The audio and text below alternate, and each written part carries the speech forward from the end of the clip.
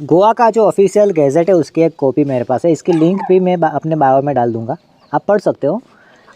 हमारे जो stray animals है उसके लिए इन्होंने, गोवा की सरकार ने बहुत ही बेहतरीन पॉलिसीज़ इम्प्लीमेंट की है वहाँ पे, और हमें भी ये पॉलिसीज़ के बेस पे हमें अपने स्टेट में ऐसी पॉलिसीज़ को इम्प्लीमेंट करना चाहिए। जैसे हम स्मार्ट सिटी बनाने के लिए हम इतने आगे बढ़ते हैं, तो हमारे स्टेट में या हमारे फिर डिस्ट्रिक्ट में एनिमल्स के लिए भी कोई स्मार्ट अरेंजमेंट होना चाहिए। तो ये पॉलिसीज़ मैं आपको अभी बता रहा हूँ, आपको लगेगा ये बहुत ही अच्छा काम किया है गोवा की सरकार ने।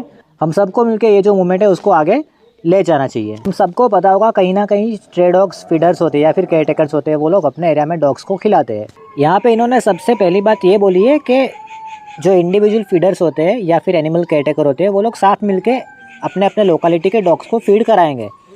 लेकिन ऐसे एरिया जहाँ पे डॉग फीडर्स अवेलेबल नहीं है या फिर कोई केयर टेकर्स नहीं, उनकी जिम्मेदारी होगी RWA, मतलब जो लोकल रेसिडेंशियल वेलफेयर एसोसिएशन होते हैं वो वाले, अपनी म्यूनसिपालिटी और अपने पंचायत के साथ मिलके या फिर DSPCA के साथ मिलके अपने एरिया में लोकेलिटी डॉग्स को फीड करेंगे। उसके बाद इन्होंने लिखा है कोई भी बंदा अगर कोई स्ट्रे डॉग को खिला रहा होगा उसको कोई भी बंदा परेशान नहीं करेगा, अगर कोई परेशान करेगा तो उसके ऊपर कार्यवाही होगी। आपको पता है बहुत सारे लोग हमारे एरिया में भी स्ट्रे डॉग्स को खिलाते हैं, लेकिन जब ये खिलाते हैं तब काफ़ी लोग आते हैं कि आप यहाँ पे मत खिलाओ, वहाँ पे मत खिलाओ, गंदा करते हैं। उनको भी जीने का अधिकार है, उनको भी खाना मिलना चाहिए, उनका बेसिक राइट है। फूड और वाटर इनकी बेसिक नेसेसिटी है, तो इनको भी खिलाना चाहिए। तो गवर्नमेंट ने ऐसा यहाँ पे लिखा है गैजेट में कि कोई भी बंदा अगर कोई डॉग को खिलाएगा तो उसके ऊपर कोई कार्यवाही नहीं होगी, और कोई अगर उसको परेशान करेगा तो उसके ऊपर कार्यवाही ज़रूर होगी। उसके बाद इन्होंने लिखा है कि स्ट्रे डॉग्स का प्रॉपर वैक्सीनेशन होना चाहिए, और उसका स्टरीलाइजेशन मतलब कि उसकी स्पेइंग एंड न्यूटरिंग सर्जरी भी होनी चाहिए, ताकि जो अननेसेसरी डॉग का पॉपुलेशन बढ़ जाता है वो भी थोड़ा कंट्रोल में रहे।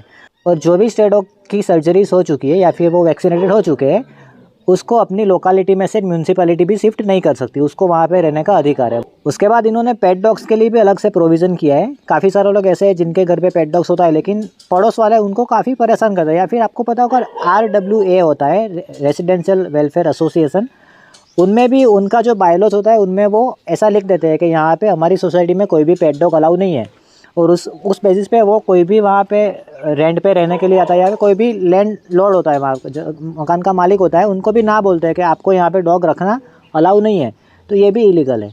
अगर ऐसा कोई बोलता है तो ये जो RWA है, जो सोसाइटी का रजिस्ट्रेशन हुआ है, वो भी कैंसिल हो सकता है। और यहाँ पे अगर मैं मेरा ओपिनियन रखूँ तो मुझे ऐसा लगता है कि आर्टिकल हमारा जो 51 है वो भी केयर टेकर्स को, एनिमल फीडर्स को अलाउ करता है कि वो अपनी लोकेलिटी में डॉग्स को खाना दे, उनका वैक्सीनेशन करवाए, उनका स्टरीलाइजेशन सर्जरीज करवाए और उनको अच्छे से रखे। इसमें किसी को कोई भी ऑब्स्टेकल करने का कोई राइट ही नहीं बनता।